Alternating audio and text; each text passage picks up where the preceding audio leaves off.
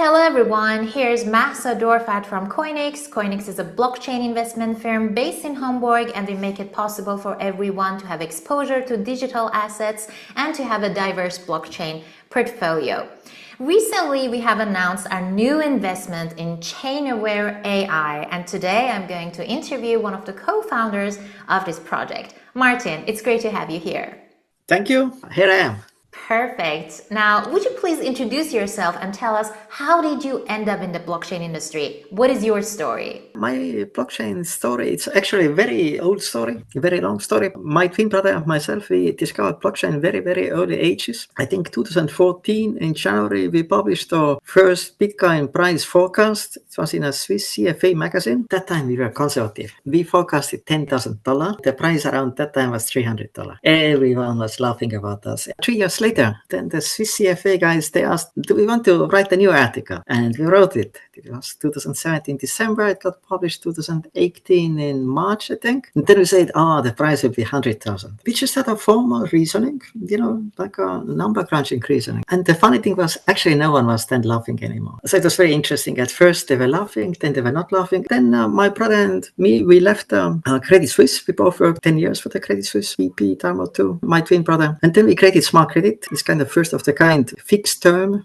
fixed interest, borrow-lend platform. And then out of the Smart Credit, the ChainAware emerged. So, and here we focus on the AI, on the analytics, on forecasting, on prediction. So how did we got into the ChainAware? Very easy. We wrote first an article about Bitcoin price. Then we wrote a second article. Then we created a Smart Credit, our first project. Then we created a second project, ChainAware. And here we are now, doing a lot of calculations on the blockchain. Great, amazing journey. Yeah, for sure, the integration of AI and blockchain has the potential to revolutionize many industries, and we can make smarter, data-driven decisions. But it might be a little hard for people who are not tech savvy to understand what exactly your project does. How would you explain your project to your grandmother? The first thing is, if your grandmother is going to the shop, buying some groceries and so, we have to do the fraud detection. Are these the other counterparties are trustworthy? And we have these AI-based agents which predict are the counterparties trustworthy or not. Now, the second part is, if your grandmother is going to the shop, you see all the shopping floors are the same. But what old technology allows it, we analyze grandmother's shopping history, not shopping history, actually transaction history. And we predict based on the transaction history what the grandmother will do as a next. We calculate our grandmother's intentions. And if you know her intentions, we can target her with a very personalized ads, with a very personalized messaging, which means, to simplify it, we bring right people to the right place at the right time, because we calculate intentions of people and we match them with the right offering. So that's what we're doing. I think that's really going to be useful for marketing people, and I really like this wallet audit tool that ChainAware offers. You can easily predict the behaviors of the users to see, for example, what kind of DeFi activities are they most likely to engage with. What was the first moment that you came up with the idea of ChainAware? Actually, the ChainAware, it was a journey. It wasn't exactly a moment, because in Smart Credit, we developed a credit score. It was 3 years ago. We started to predict credit scoring on the blockchain, but credit scoring is not so much used on the blockchain because everything is over-collateralized. So whatever, we developed credit scoring. Now, because my twin brother and myself, we are CFA, so for us, these calculations are very easy. A part of a credit scoring is as well a fraud detection, because you cannot have a good credit score if your wallet, meaning your wallet or bank account, has bad behaviors. So you can have good cash flows in, cash flows out, but if you have bad patterns, you never have a good credit score. So we developed with the AI the fraud detection system. And then we realized actually the fraud detection himself is a bigger topic than the credit scoring. And this was then February 2023. We launched the fraud detection as a separated project. Okay, that time we called us with another name. I think in August last year, we rebranded the ChainAware. We launched the fraud detection. And then we launched the predictive rug pull detection, meaning we are predicting frauds based on the blockchain calculations before they happen. We predict the rug pulls before they happen. Now, what is a rug pull? Okay, if you're in the Web3 sector, there are pools. Buying from the pools, you're selling in the pool. But what happens now if the developers, the contract owners come and withdraw all the assets from the pool? That's called rug pull. Now, in case of rug pull, you lose 100%. If you take PancakeSwap, 95%, 98% on Pancake are the rug pulls. And a lot of new investors fall on them. If you take Pump.Fun, okay, it's a fun, so there are 99% are rug pulls. Now, so the idea is what are not rug pulls. So it's a prediction. So, and this is we are calculating. Then we got to the wallet auditor that we started not only to predict fraud and rug pull, we started to predict a user risk profile. Some people can tolerate risk. Other people, if their portfolio like a volatility is like a 5%, they cannot sleep. I mean, they had to sell everything. So it's a risk tolerance. We started to calculate this. We started to calculate experience. We started to calculate which users will in the future borrow, which users will in the future lend, who will be the traders, what is the probability that they do the traders, who are leverage takers, what is the probability that they do this. So we started to calculate all these different intentions and we put them all together in the wallet auditor. And the wallet auditor, it's free. Everyone can see which data we have about any wallet. You see like a fraud prediction, you see a behavioral prediction, you see as well historical predictions, let's say which categories of the protocols the wallet has used. We are practically predicting the future and we are analyzing what happened in the past. And then this data that we have with the wallet auditor, which everyone can see about any wallet, we are offering then in our marketing solution. But then, of course, it's a subscription mode, then companies have to pay it. But based on this behavioral calculations, we offer then very exact targeting, very exact marketing. Now, a little bit other topic, because in our Web3, what we have is a marketing is always a mass marketing. It's like a stone age. So we are saying 1930s marketing. 1930s, like you go on Madison Avenue and there is a shop, Macy's is there, you go on the shopping floor because you read the newspaper. So you get a newspaper, you read a newspaper, you go to the shopping floor, you see the same shopping floor. So it's a mass marketing. So, but we are saying mass marketing doesn't work. It never worked on the shopping floors. It doesn't work in a brick and mortar. It doesn't work in a Web 1. It doesn't work in a Web 2. So I need personalized marketing. And that means all this data that we are calculating with Wallet Auditor, we are then using for the personalized marketing / user conversion. Yeah, I mean, you even mentioned a rug pull detector. I think that's really needed in our industry. Many people have been victims of rug pulls in the past years. And you've already mentioned some other services that your project offers, such as Web3 marketing agents, user analysis, wallet auditor, and so on. But if you want to summarize the problem that ChainAware is solving, what would you say? When the Web 2 emerged, it was a kind of phase when we had 50 million users on the Web 2. I saw this phase. And then this famous book emerged, Crossing the Chasm, I think Geoffrey Moore or something similar. And he was speaking like, oh, you need to cross the chasm, like every technology needs to cross the chasm. But there was no explanation how the Web 2 crossed the chasm.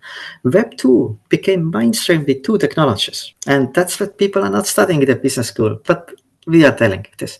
So the first one was AI transaction monitors, because the Web 2 had a massive fraud issue and the transaction monitors were introduced and they were even mandated. So that the regulator mandated the credit card companies to run AI-based transaction monitors because it was about trust into the ecosystem. And this was introduced. These transaction monitors, they were introduced. And this solved the trust issue because of massive credit card fraud. The second issue was the customer acquisition. It was massively expensive. When it was this internet hype, like 2001 and so, there were like this big poster ads, like internet companies were doing their marketing like in a traditional media, on the paper media, on the posters on the wall everywhere. It was the customer acquisition costs, which were horrific. There were two issues in the Web 2. The one was the trust was missing, and the second, the customer acquisition costs were horrific. The first issue was solved with the transaction monitoring. The second issue was solved by Google. They're not telling this to in the business schools because Google invented this very targeting ad system on the Web 2. They're using your search history, they're using your browse history to do the, okay, not intention, but plus minus intentions, or let's call it a micro-segmentation. And based on micro-segmentation, then the targeting is done. And with these two technologies, you reduce the fraud and you reduce the customer acquisition cost. Now we have the same situation in Web3. So there's a massive trust issue. The new joiners are coming, they're getting rug pulled, they're getting frauded. So some people are getting 10 times rug pulled, they leave sector. Some are getting 100 times rug pulled, they leave the sector. But this fraud ratio is very high. The second issue being that the marketing cost, customer acquisition costs are very high, the same as it was in a Web 2. Why? Marketing is mass marketing, and with mass marketing, your marketing costs are horrific. They will kill the innovation, they will kill all the startup projects because they cannot pay like $1,000, $2,000, $3,000 per one transacting user. You will kill your business. That's the best way to kill your business. The unit cost will not work for your advantage. That means these technologies that we have developed, from one side fraud detection technologies, from other side the marketing technologies, From one side, we increase the trust into the ecosystem so that people stay in the sector, not that they're leaving the sector. From the other side, we reduce massively the user acquisition cost. Now, and if the user acquisition costs are reduced, then the projects have some chances for survival. We are currently at the early stages of the Web3 industry. For sure, the evolution of the Web3 world is going to take a lot of time, just like the evolution of the internet, but we will eventually make it. Sarah, would you please mention some of the recent updates, partnerships, and advancements of ChainAware.ai? Maybe the main news is that we have published that ChainGPT is our lead investor, CoinEx is our co-investor. Plus, we are doing as well the IDO on ChainGPT pad exclusively, and this is probably beginning middle of January. Okay, the exact date is in a definition, which means we'll give as well access to a token. People can as well say, so what? Of course. So what? So let's look on the CoinGecko. On the CoinGecko, we have categories, and in these categories, there's an AI category, artificial intelligence and analytics. And I think 1 month ago, there were 274 companies, 274. Huge number of companies. We like to analyze, and we analyze this.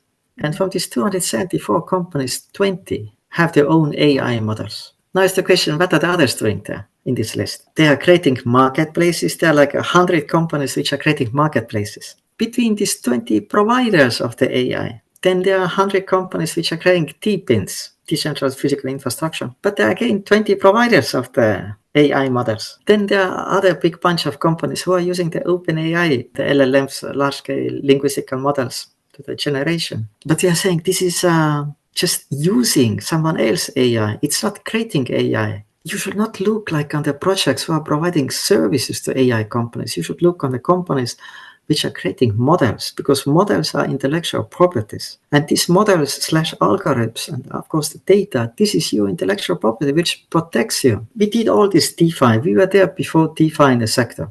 What happened in DeFi is, there was an innovation. Compound was a massive innovation. Then Aave came and copied Compound. I can say it loudly. If someone doesn't agree, please come and talk to me.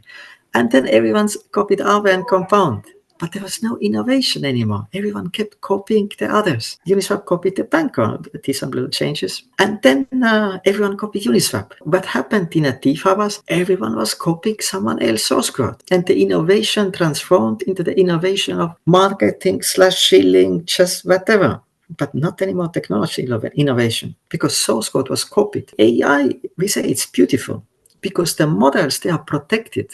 The models are not open source. You create the model, you train your model, it takes maybe 18 months, maybe it takes 2 years, you train the models. These models are not open source. Someone else cannot come and copy the model and then make a massive shilling on this project and sell this project. So that's why we like so much the AI sector, especially if you think there are 274 companies on the CoinGecko AI list, of which then 20 have their own AI models and the others are just in the list. We are adding more blockchains. Of course, we're working on Web3 marketing agent. There are big announcements coming with the Web3 marketing agents, more automation, more generation. But technically speaking, our products are there. We are like every week we're adding new features, like adding more and more into ChainAware. Yeah, you mentioned some of the recent investors of ChainAware. We're really glad to be one of them. CoinEx is glad to have ChainAware in its portfolio.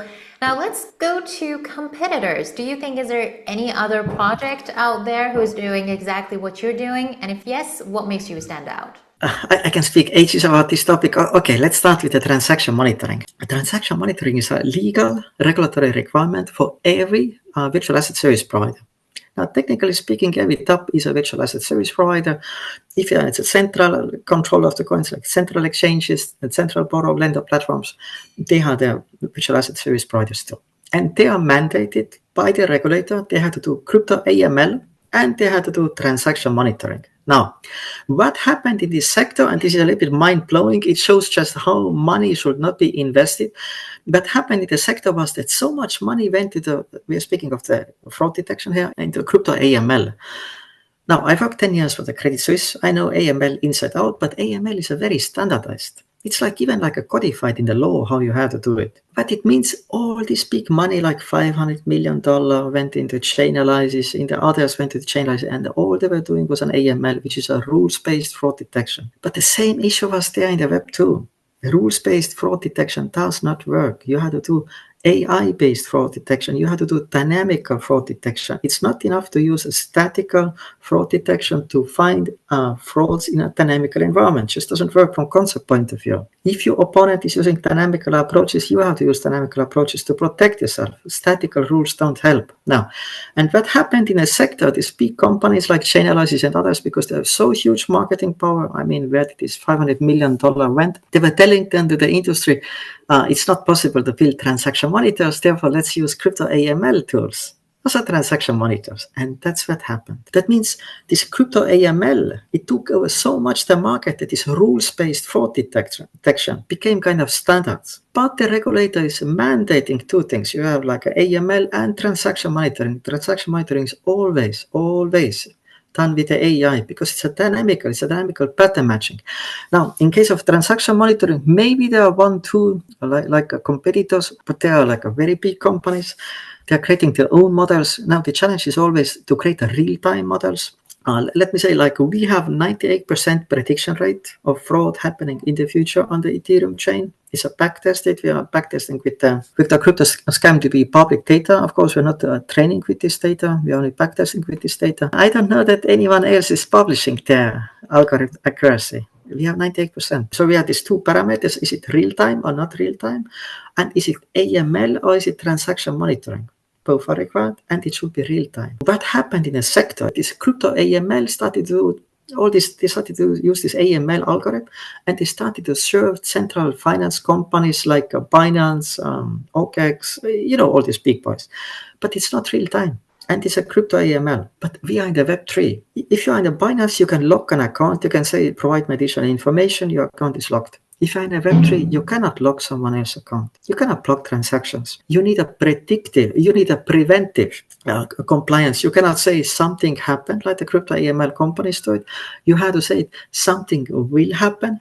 Better I do not interact with this address. That's this big thing in the landscape. So we see all the funding went to these crypto AML companies who are doing non-real-time AML. But the Web3 needs real-time transaction monitoring. And let's get into marketing solutions. We are exactly in the same phase as the Web2 marketing was. And the marketing agencies were selling to founders anything.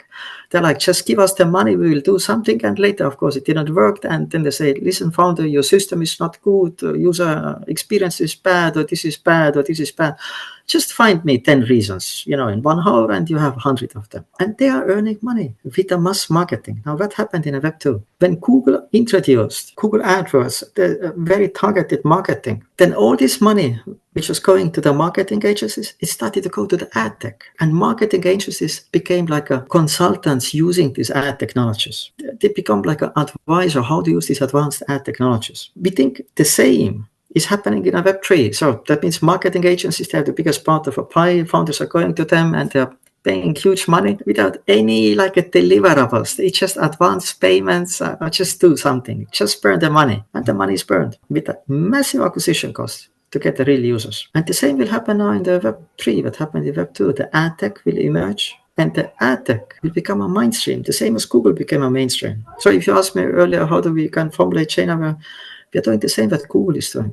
Now, Google is doing the ad tech based on your search history and the browsing history. We are doing ad tech based on your blockchain history. Because we have so strong power of the marketing agencies, and they're getting this money because the money is flowing to the founders via the VCs, via the token sales, and the marketing agencies, they're just flooded with the money. But it's like a pre-revolutionary situation. The founders are spending money, but the customer acquisition is so expensive. And of course, ad tech is emerging. For the ad tech, what do we need always? Let's think what Google is doing. Google is doing, from one side, he analyzes your history, and he does this microsegmentation/intention calculation. Now we do the same based on the blockchain history. And then you need a targeting system that you can target. So that means in ad tech, we need two components. The one is the analysis of the past, prediction of the future. And the second is the targeting. Now, the issue in Web3 is that we have only an address. We don't have more than the address. And so how do we target this address? And we have some competitors, they try to target these addresses via Twitter, DMs. Now, but there is a little issue. Because if you do Twitter DMs, maybe you can map only 5% of addresses with Twitter. And if you do direct messages in Twitter, probably your account gets blocked if you do too many of them. You cannot use it. You cannot use a company account to do the Twitter DMs. Now, the second thing is like wallet-to-wallet messaging. It's the same issue. Maybe 5% are mapped, best case, like the wallets with to use the wallet messaging. But you always land in a scam, like in a Twitter DMs. The other party has to unspam you to say, I want to speak with him. The same issue in the messaging. A third, what companies are saying use Twitter ad account now. But if you're in the DeFi, you never get a Twitter ad account. And if you're in the non-DeFi, pretty often you don't get the Twitter ad account, meaning you don't have options. But what we are doing with all Web3 marketing agents, these are on your own website. You place them on your own website. You have your project, like 50,000 tops and so, and you place all agents, all banners on your website. You don't need a Twitter DM. You don't need this wallet-to-wallet messaging. You don't need a Twitter custom audiences. Like you anyhow need a Twitter ad account, which you probably never get. So use your own website. It's for free. So create traffic to your own website. And then, but what happens with the traffic on your own website? Usually you lose it. You get the traffic because you get all different people with different intentions. And if you're telling to these people always the same message, it ain't convert. You have to tell to the people the message which matches with them, which resonates with their intentions, with their person. That's how you convert the users. That means we see our competitors now focusing on this Twitter DM, so we are focusing on wallet-to-wallet messaging or creating custom audiences, or they are focusing a lot, even worse, they're focusing a lot on analytics. Now let me just make an example. One of our competitors is focusing on very much on the token analytics. For example, you make queries, give me all Uniswap holders who bought 1 inch in the last 90 days. We say, wow, that's a beautiful query, but it's a descriptive data. It's not actionable. What do I do with this data? I can have this beautiful data. I can have this in a nice format, in a nice diagram. I cannot target these people because I want targeting. And if you speak of Web3 marketing, we need always 2 parts. The first part is we calculate the intention because we need a micro segmentation of people. We cannot say the same message for everyone. This is the first part. And the second part is we have to target these people based on their intentions. Now, but you see the competitors probably, they're going on this token analytics. Beautiful. Oh, they're going to campaign analysis. So that they're using the Twitter campaign analysis. Let me say it as well, like now Web3 marketing, how it works traditionally, Web3 marketing is a very much, just a crypto media. You buy crypto media, mass marketing, or you use a crypto banners, like in Etherscan, in Dextool, in a CoinMarketCap, all these banners. But this is mass marketing. Everyone gets the same message, mass marketing. Or we are using the calls, key opinion leaders, but it doesn't work. Like why we know that the call business is not working. There's like one public website called AlphaScan. The 625 calls, they are tracking them. From 625 calls, let's say 30 to 60 are generating positive return on 30 days. But what others are doing then? They're generating negative return, but you have to pay them. So, and we say all this mass marketing has reached the top because mass marketing doesn't convert. It's like a pre-revolutionary status. There is an old way, or with the mass marketing, but this doesn't convert because the Web3 projects, they need users. Just don't need a token holders. Token holding is up and down and that's it. But the real founders need they need users because users bring the revenue, meaning platform users. You have to monetize the revenue. Now, how do we know that the revenue situation is pretty tough in our Web3? Let's look on the DeFi Llama. In DeFi Llama, we have a DeFi projects, maybe 4,000 of them. And you can see as well the revenues of the projects. And if you sort now the revenues, the projects by the revenues, of course, not everyone is publishing their revenues because they're embarrassing. It's like a hockey stick. It's a power law distribution, meaning a very little number of projects are getting the biggest part of the revenues. And there is a long, very long tail of all the other projects which are earning very little revenues. Why? Because the customer acquisition costs are so massive that they cannot survive. Because it's about ad tech, it's about targeting. How do I target my users? If you're doing innovation, there are 2 parts of innovation. One is I have innovation in business process, like it happened in Web2 business processes. And then I have innovation in the customer acquisition. Every new technology paradigm requires new customer acquisition innovation. In a Web2, this happened with Google. People think that Google is a search company. No, it's not. Google is an ad tech company. 95% of the ad tech, of the revenues are the ad tech. Twitter is an ad tech company. Facebook is an ad tech company. So Google calculated the intentions, and based on the intentions, they did the targeting, or micro-segmentation and the targeting. This was the Web2 emerged, the new, and the acquisition costs were massive, horrific. And then the solution emerged. The solution was then the Google that time and the Google competitors, which emerged too. Now, the same will happen in a Web3, because if you're looking this long tail of a Web3 projects, which are just creating noise without the revenues, they need to generate revenues, because if they don't generate revenues, they will disappear from the from the radar screen. So that means they need customer acquisition. They need to become cash flow positive. So they had to get the customer acquisition costs down, because they optimize at the moment the unit cost of a business process. This is beautiful. But what's the point of reducing cost of a business process and innovating on business process if your customer acquisition costs are 10 or 20 times higher than in a Web2? Doesn't work. So that means for all Web3 sector, that has to happen. You have to take customer acquisition costs down. You need ad tech, personalized ad tech. Thank you for all the detailed explanations that you just did. And we really believe that ChainAware is unique. That's why we have it in our portfolio. Is there anything else that you want to mention about ChainAware.ai? You see, if you're an innovator, if you're a founder, if you're creating projects, but yeah, there's always two innovations. The one innovation is that you're creating innovation on business process. Let's say automated market makers, or so on, the borrow lend system, fixed borrow lend, and so on, so on. These are the innovations. These are like a business process innovation. But the second is there's an innovation on the customer acquisition. Now, what is happening in a Web3 sector at the moment is that there is so much focus of the founders going on a customer acquisition, because the existing methods, they do not work. So that means they have no time to innovate on the real business processes. Now, but we are saying it's so simple. Innovators, founders, please focus on your innovation. Start to use ad tech technologies. Start to use personalized ad tech technologies so that you get your customer acquisition cost down. Focus on your innovation. Don't deal with the supplementary processes like a fraud detection, like innovation, or there's an accounting. There are other supplementary processes. But the industry at the moment, it forces the founders to deal with all these supplementary processes, meaning they don't have bandwidth and the real innovation. And we say, hey guys, Web3 is huge. Just focus on your innovation, and supplementary processes, they are providers. Very well said. Very well said. Focus on your innovation.